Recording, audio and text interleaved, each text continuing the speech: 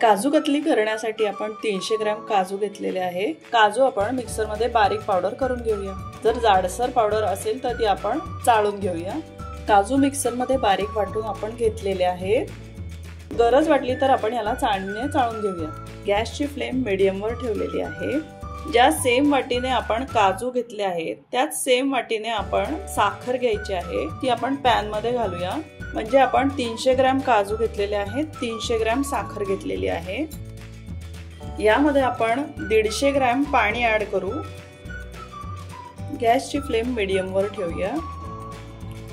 याचा आपण एकतरी पाक बनवूया। एकतरी पाक छान बनलेला आहे। आपण यामध्ये 1 चमचा देशी गाईचं तूप घालूया।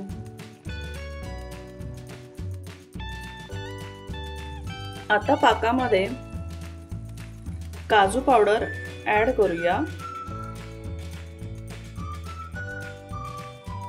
गॅसची फ्लेम मीडियम वरच ठेवलेली आहे। सगळं व्यवस्थित मिक्स करूया।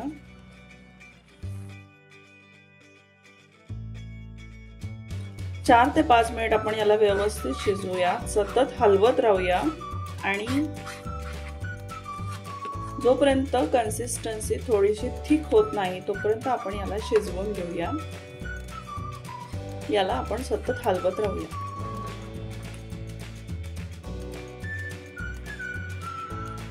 मिश्रणाची कन्सिस्टन्सी बरोबर आहे हे चेक करण्यासाठी आपण वाटीवर 1 थेंब मिश्रणाचा घालून बघूया।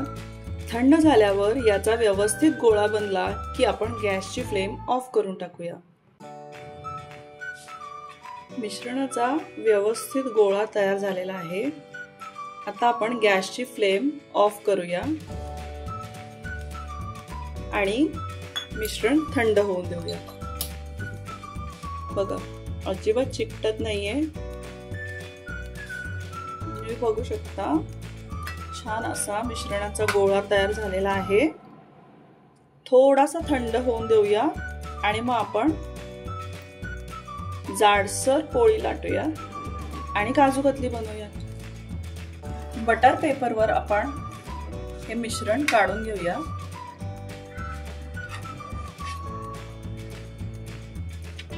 बटर पेपरवर हे मिश्रण आपण अशा प्रकारे काढून घेतलेलं आहे।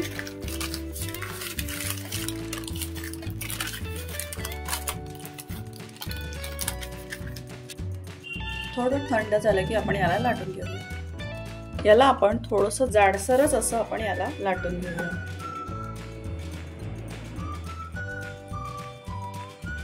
चारही बाजू अशा प्रकारे कट केल्यामुळे व्यवस्थित चौकोन तयार होतो।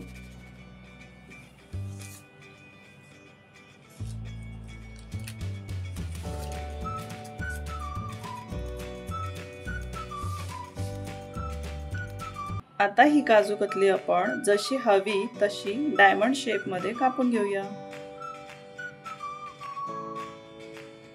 काजू कतली कट करून झालेली आहे। याला आपण थोडा वेळ सेट होऊन देऊया। थंड झालं की आपण याला प्लेट मध्ये काढून घेऊया। काजू कतलीला अशा प्रकारे सिल्वर पेपरने आपण सजावट करू शकतो।